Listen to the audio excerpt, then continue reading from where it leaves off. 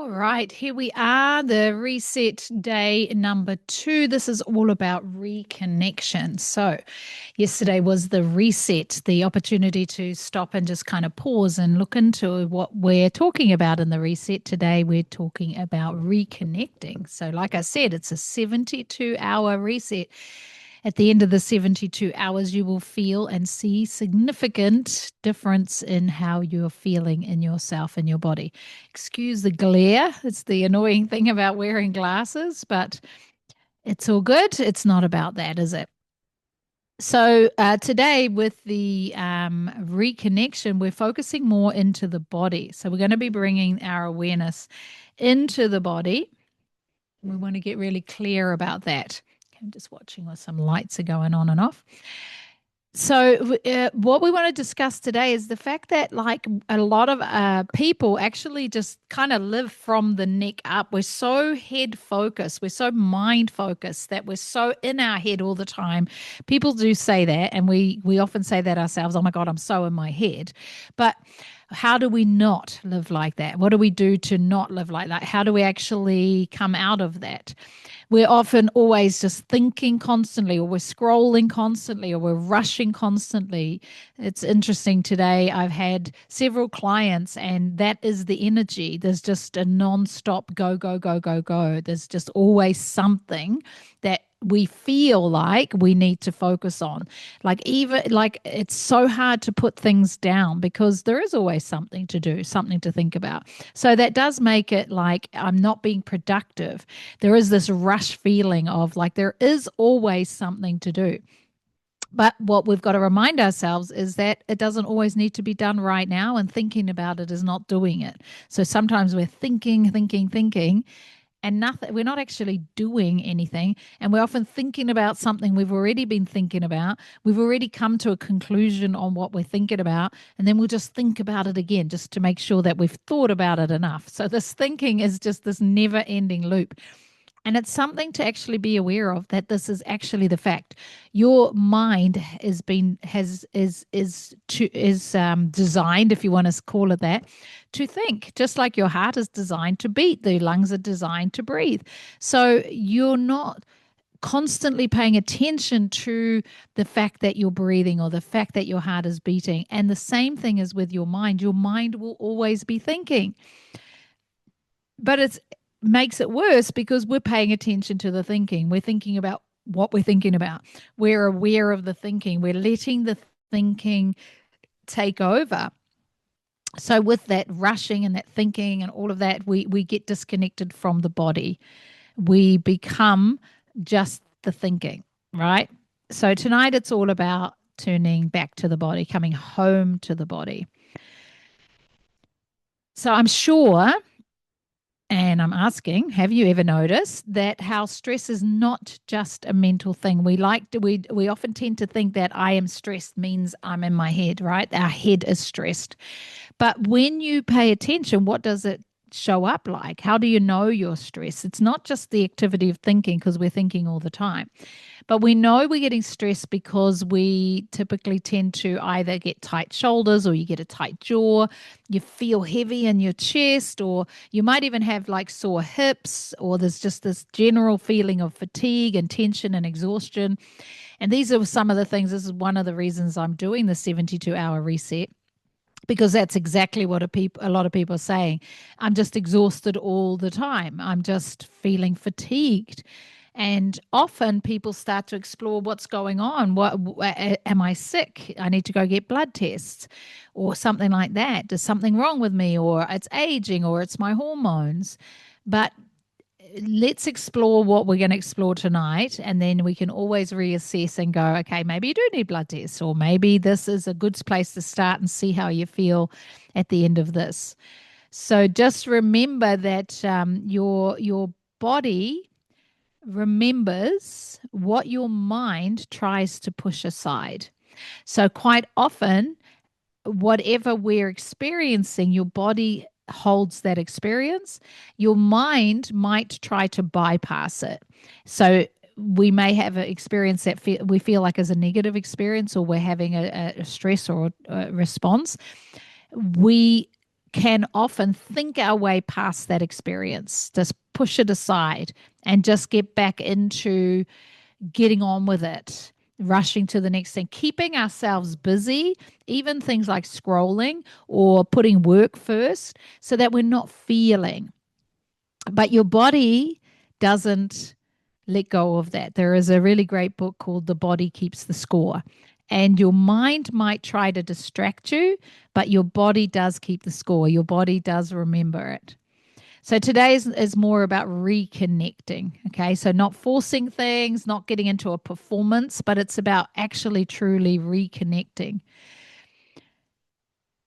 There's another thing that we say in body work. So if you're a body worker yourself or anything like that, the body work environment is all about working with the body. So we might do somatic movement, massage, Reiki, all sorts of things.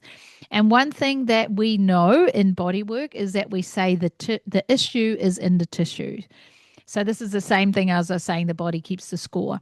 So when we are experiencing stress, emotions, and we're feeling an issue. So again, like we say, oh my God, I'm fatigued all the time. What's wrong with me? I'm feeling this ache all the time. We might want to figure it out with the head, go to see somebody, talk therapy, or we might go and get massage and things like that. And the issue is in the tissue is like often when we get a massage, it's often that same area, right? Like, oh, I carry my tension in my shoulders, or I've always got this lower back tension. That tension is what we want. Yes, the massage will help make it feel better. But if we don't address what it is that's holding in your body and we don't release the tension, the stress, the actual experience, then we're just constantly going back for the same massage to release the same tension because it's not going away. The issue's in the tissue and we need to kind of release. The body keeps the score. So those experiences that I was just talking about, those experiences we've had, they're actually not stored mentally.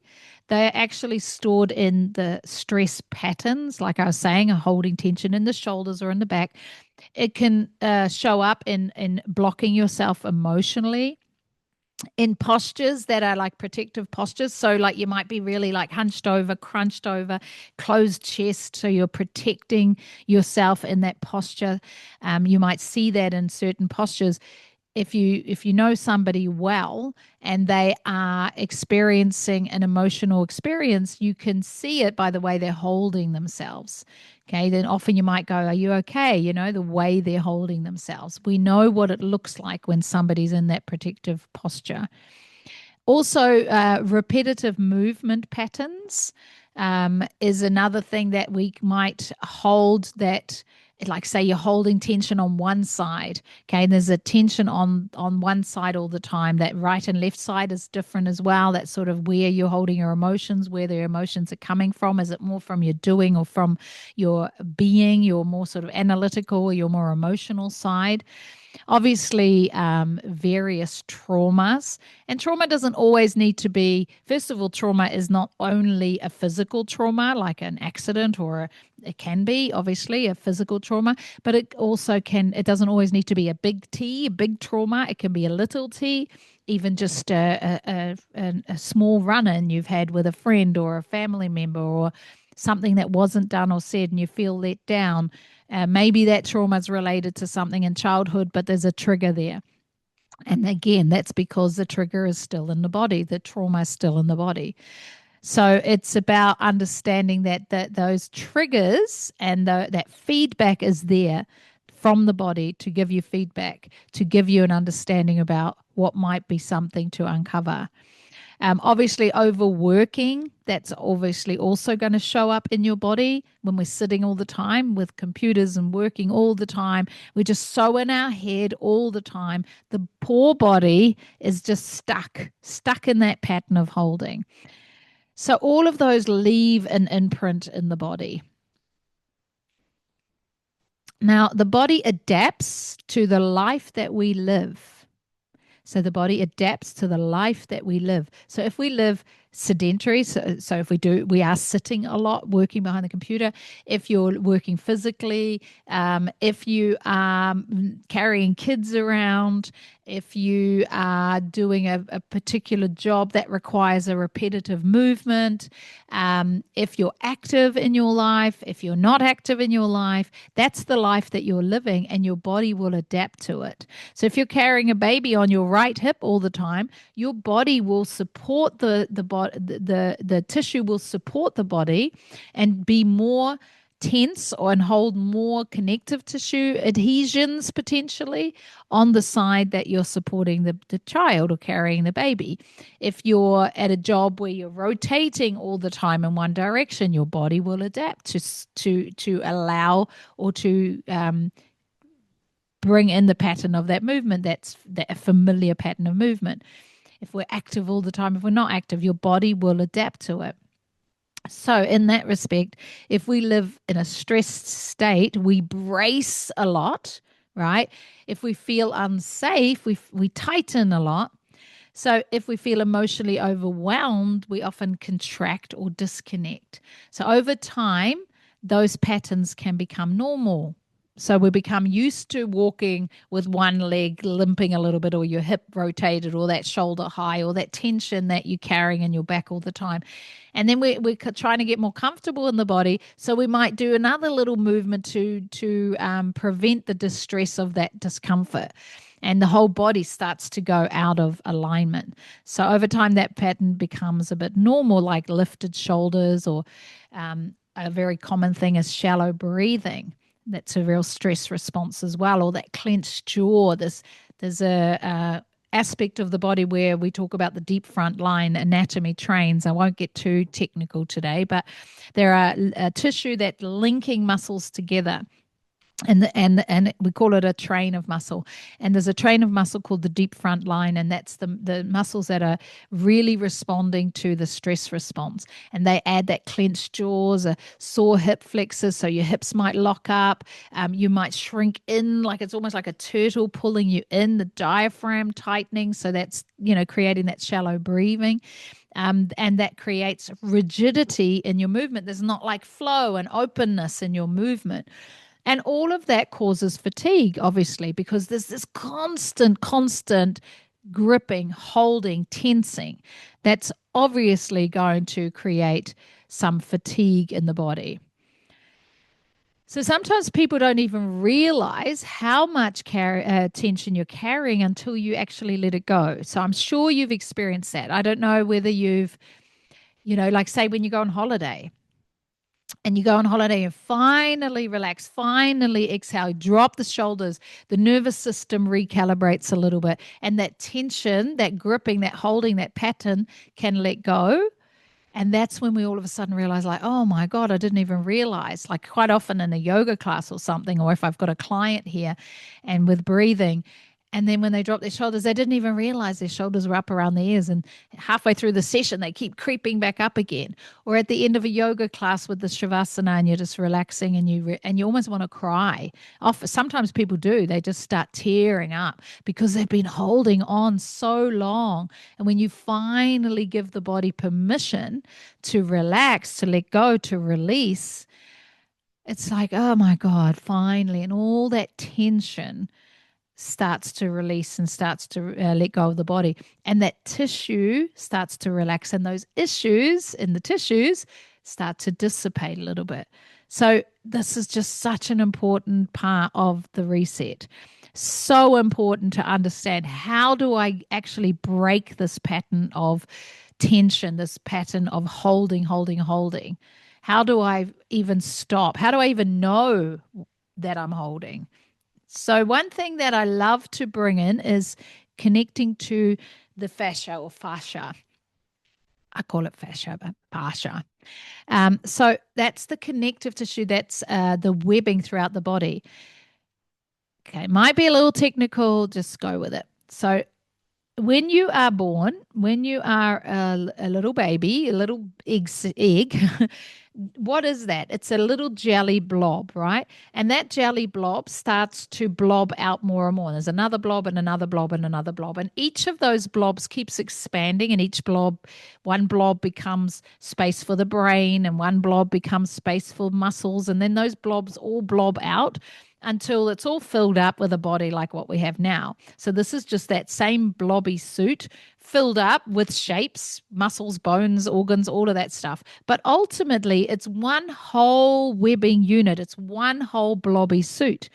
So that whole connective webbing system is throughout the whole system. It surrounds the muscles and organs and joints and all the structures. And what it is, which is fascinating, it's like this living communication network throughout the body. And that's so important to understand, that you're never disconnected from anything. Your whole body is one whole unit, and the communication network is through that fascia. So this is really important because the fascia responds to the stress, it responds to movement, it responds to hydration, emotions, and your posture. It's all within the fascia. So this is like, I know this is like short, fast that I'm telling you, but this is where you want to look. This is where we want to explore, right? This is the exploration that we want to go down to understand what is how do I release this tension, or how do I even know where the tension is or what it's doing to my body. So when we stop moving well, we get stiffer and stiffer. When we stay in that stress state, that tension, when we disconnect from the body, because we're just in the head, we're just mind focus, the whole system becomes more rigid, but it also becomes stagnant. And this is where we start to understand a little bit what I mentioned before about the anatomy trains. The trains of muscle also align with the meridian flow, the energy flow of the body. And this starts to expand more and more. We can go more into that. But so that stagnancy that we feel is a stagnant, a blockage, a limitation, a restriction of the life force energy, the prana, the chi, whatever you want to call it, that life force energy, it becomes stagnant. There is a limitation to how radiant it can flow through the body. So stress really diminishes your life force because the stagnancy, because of the rigidity. There isn't a flow, an expansion, a flow in your body. So hopefully you're getting a bit of a visual of what I'm explaining here. I know it's a lot to understand, but it really is about seeing your body as one whole unit and seeing it as a communication network all throughout, and understanding the issues in the tissues. The body keeps the score. So all these things, starting to understand how important it is to bring your body into this reset, to understand that the reset, the recalibration comes from the body. Because your body is not just muscles and bones. Like I mentioned, you start as this little blob, and then the muscles and bones and organs grow into the blobby suit.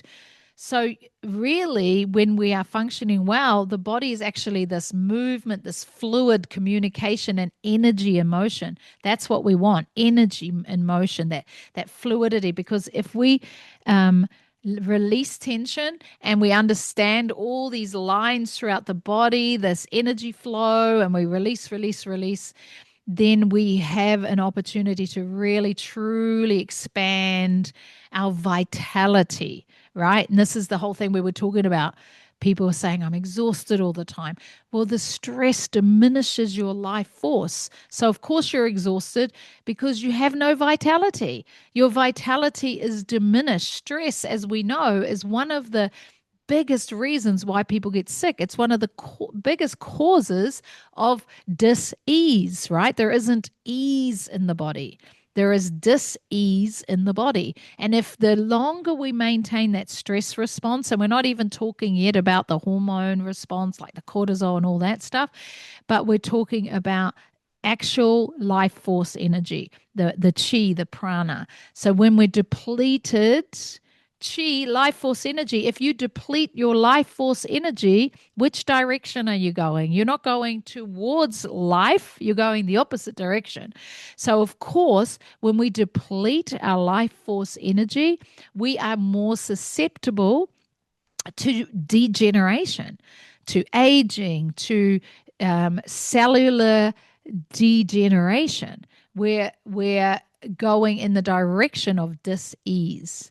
And this is really important to understand. This is another really vital thing. Stress is not just a thing of, oh, I've got a lot on my mind, maybe short term, but long term, stress is detrimental. It really, truly is. And one of the biggest ways to shift that is to become aware of the body, to become aware of how you can use the body to break the pattern and to release the pattern of holding in the body, to release the stress, to release the issues in the tissues, to release the body keeping the score. Let the score come back to zero. Let your body come to that reset. So one of the most important things in the reset is movement. So it's not about like gym movement, although I love the gym and I'm like, go to the gym. Absolutely. Go for a run. Absolutely. All those things. This is not so much about hardcore. It's not so much about burning calories, not movement for that reason. This is about movement that brings you back into your body, that embodiment feeling. So sometimes even going for a run, it's really great. Breathing, heart rate, movement, all of that. And it often brings you into that alpha state. So that like gets your brain out of that active thinking. So it's, if that's all you're doing, it's better than nothing. However, this is about really coming back into a relationship with your body. So this is where dance is amazing, like somatic dance. Really, really wonderful. Yin yoga, just yin, where you're just like calm and going into postures and feeling and allowing that breath and that flow and that release of that tension, or yoga in general. But even just some somatic movement is really important, because movement shifts your physiology. Okay, it shifts the emotion, it shifts the energy, and it helps you move from that stagnation physically and mentally. Because again, it's not one or the other, right? That's a mind body experience. So, whatever's going on in the mind, your body is keeping the score. So, when we are overthinking, when we're stressing, when we're berating ourselves, okay, often when we get into that stress response, we're not our optimal best self. We might be making decisions and they're not the right decisions. We might not be as sharp as we'd like to be at work. We might be making mistakes at work. We might be in our relationships not showing up the way we want. We might be reactive, all of these things. So then what can often happen is we start to like dialogue around those experiences, and we start judging ourselves, criticizing ourselves. And that again is something that comes back into your body. As you're being hard on yourself, your body will respond to that, and you'll get even more tension. You're not sending love to your body, right? You're sending negativity. So really, really important. This is not, softly, be nice to yourself. This is actual physical well-being. This is also scientifically proven. There is so much research out there about how important it is, about how your self-talk is, how important it is to keep releasing the tension, the stress, and keep coming back to the present moment. And the body's in the present moment. So through the senses, through the touch, through the breath, through the sound, taste, all of those things, it brings you back into the body. It brings you back into the now moment. So when we talk about embodiment, so being in the body, embodied, it means being present in the body instead of disconnected from it. It's like coming back. So like I was saying, feel your breath. So even right now, just briefly, while you listen to this, close your eyes and even still keep listening, but feel the breath flowing in and out through your nostrils. Or feel the movement of the rib cage, the chest, or the belly. So feel the movement. So one of the quickest things you can do to come back into the body, to be embodied, is just feel your breath. And nobody even needs to know you're doing it. You could be having a conversation. Notice that you're getting stressed. Notice that you're getting tense, that you're getting disconnected. And while you're talking to the person, be aware of your breath. Be aware of the movement at the belly. You might want to ground yourself. So feel your feet. even in in a board meeting, feel the feet on the floor, like place your feet firmly on the floor. Maybe even feel your feet in your shoes. Be conscious of the fact that you have feet. When we're so up here that we hardly have a body, let alone feet. So coming all the way down to your feet, just feeling the sensation of the shoes or the clothing. Like pay attention to a sensation. Like right now, notice the texture of your clothes on your skin. Maybe you've got pants on and you can feel that they're a bit tight around your waist. Feel that sensation. Feel the sensation of yourself sitting on the chair. So you want to feel, what I like to say is feel the aliveness. So right now, take your focus to your feet again and feel your feet from the inside. Be aware of the aliveness in your feet. Feel the fact that your feet, you're conscious of the fact that you are alive inside your feet. You're embodying this body, you are in it. Feel the aliveness in your hands without moving your feet or your hands. Just feel the inside. Feel the fact that you are alive and you can feel it inside your hands. Feel the aliveness in your feet. Really powerful. Just know that you are in here, in this body.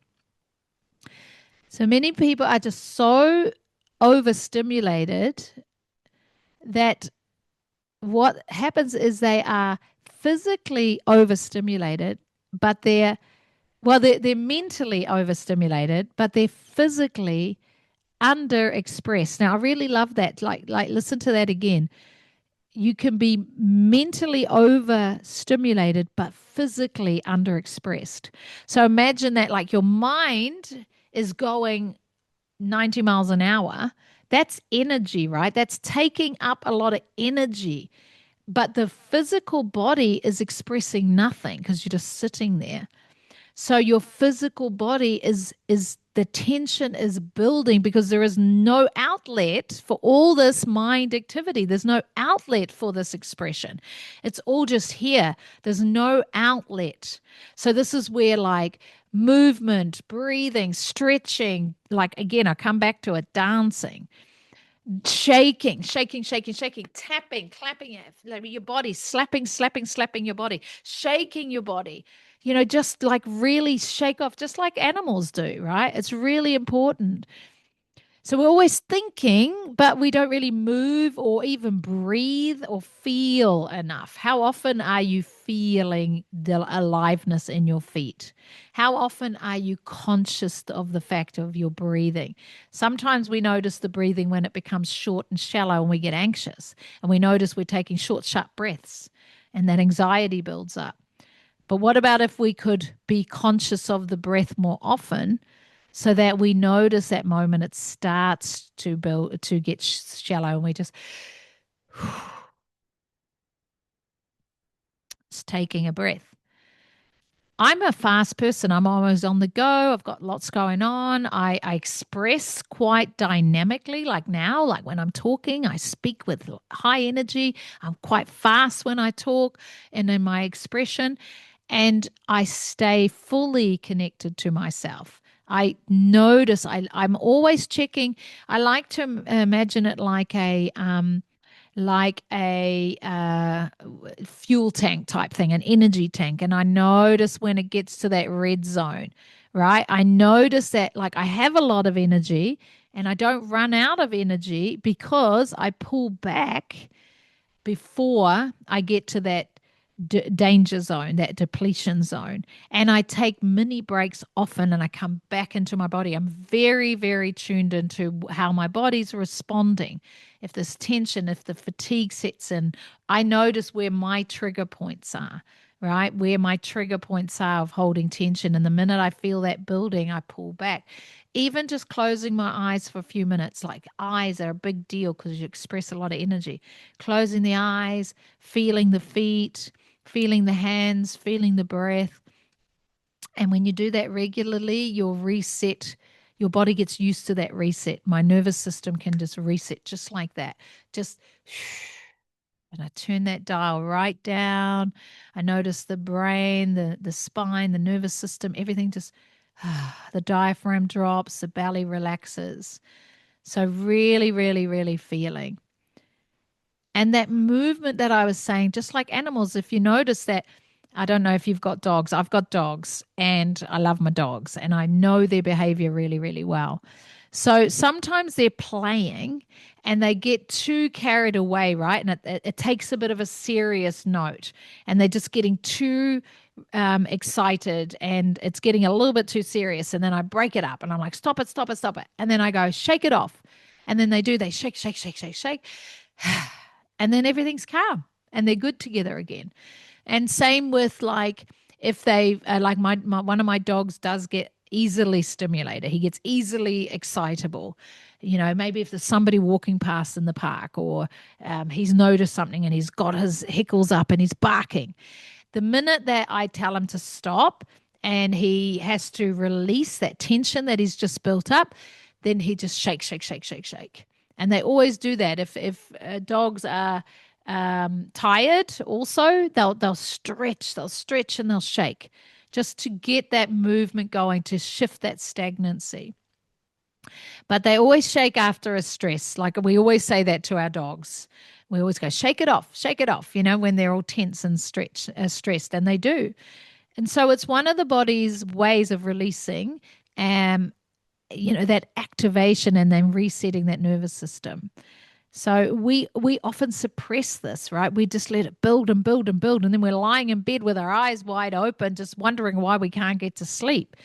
So even just something as simple, if you have had a stress day, of preferably standing outside, ideally with your shoes off, standing in the grass, and just jumping up and down, jumping up and down, jumping up and down while you shake, shake, shake, shake, shake.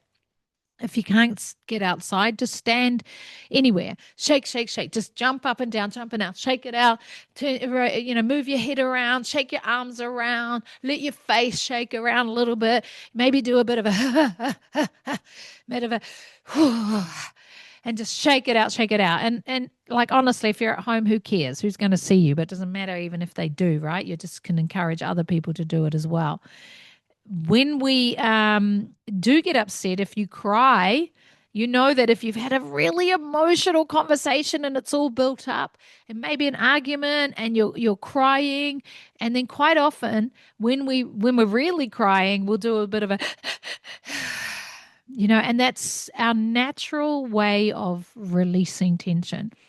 But also, like, say if we've had an argument, we haven't cried or anything, but at the end we're just like, ah. That's just normal, right? That's the release. That's letting go of that stress. But it doesn't have to get to that point where we're crying and having an argument. What if you just use that technique? So shake it out. Or even just that sort of staggered breath in, slow release. Really, really, really, really powerful. So this is super powerful. Try the shaking, try the movement. It really is super powerful. Some of the really practical tools, just walking barefoot, stretching while breathing. So easy to do. Breath in and then dancing around, put some music on, dance. I did it just before. So much fun. Feels so good. And you just feel your mood shifting, your vitality shifting, shaking out that stretch, that stress. Obviously, yoga, yin, all of that stuff. Getting off devices. Oh my God, that is so powerful. Gosh, that's a stressor.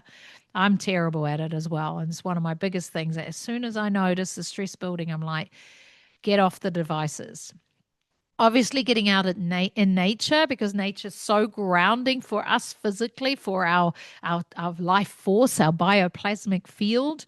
And even just like coming home from work or whatever else, lie on the floor, close your eyes, just lie flat on the floor, close your eyes and take, say, 10 slow breaths. Huge difference.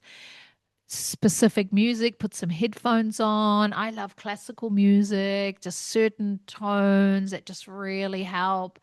I listen to mantra music, or I just find something relaxing. Um, and just humming. Humming is all about the vagus nerve. We talked about that a little bit yesterday. So that humming, so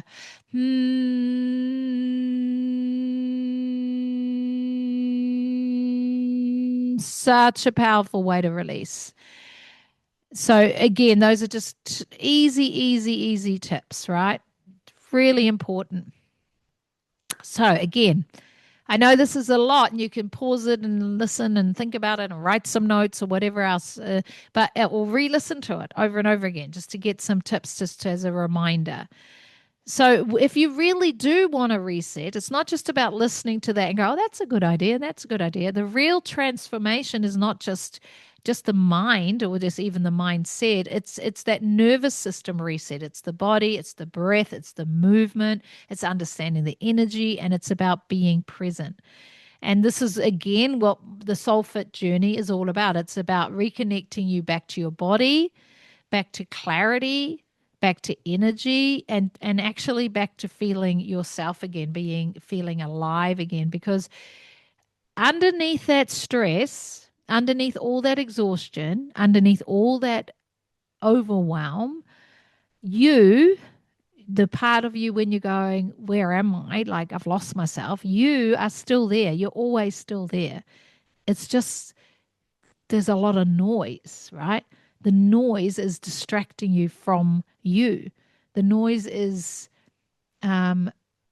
distorting the awareness of yourself. So it's really important to understand that your body is never, ever, ever working against you. It's just adapting for you. Okay. So your body is adapting to the life that you're living. So if you're not happy with how your body is showing up, take a look at how you're living. Your body has adapted to the way that you're living. Okay, so now you can teach it a new experience. You can teach it something new. In the Soul Fit Academy, I have a Coach the Coach program, which is my 4-pillared program where I teach coaches about all of the different pillars and all of the different things. But I also have that in a smaller form. So you might not want to be a coach, but you do maybe want to learn all of these powerful techniques. And I always find that knowledge is power. And I personally have been deep diving into infinite amount of things because I'm fascinated, because I feel like every little piece of information I've ever learned has helped me to look at everything from different angles: the mindset piece, the embodiment piece, the energy piece, and the soul alignment piece. All of those areas are all coming into the way to come to yourself, to come home to yourself, but also to live your life in the most optimum way possible. So this is all about this with the Soul Fit work. It is all about nervous system and, releasing patterns and all that, but it's also about understanding more, understanding your own energy, your breath, your presence, but also understanding your physical body better, understanding more about energy, understanding how the mind and the body work together. So if you're really feeling like this was great and I got a lot out of it, get started and do some of these things. And if you feel like you're really ready to make some deep changes, some actual changes, I always call it a course correct or a fork in the road. Have a look at your life right now. Have a look at your body right now. And is this how you want to keep evolving, right? Are you devolving? Are you heading for dis-ease? Are you already experiencing that? Are you depleting? Okay. Or do you want to understand how you can live the life that you're living, how you can maintain the high performance level that you might be living, the busyness, the full life? It might be not just like busy, but full. And it could be amazing and full, but still stressful. And it's still a lot. And your body still has to cope with it, and your mind has to cope with it. So if you want to live that life, or find a way to create a bit more balance, then the Soul Fit journey is the key to do that. You might want to be a coach, or you might already be a coach and you want to share this with clients. So the Soul Fit Academy, with our next intake in July, could be for you. But the Soul Fit journey is more for you personally. Okay. If you want to explore these pillars and really implement them into your life. So let me know. It would be awesome to have a chat. I'd love to find out more about you. I'd love to find out more about where you're at and give you a diagnosis or a diagnostic of where you're at now and what areas of life are the big sort of nudge of the needle, where you're going to get the best bang for your buck. Focusing, is it about the physical, mental, energetic, any of these areas? What is the area that's going to give you best bang for your buck and help you to change in the direction that you want? Okay. Big one tonight, lots of chatting. So hopefully you got a lot out of it. And I will see you tomorrow for the final of our 72-hour reset.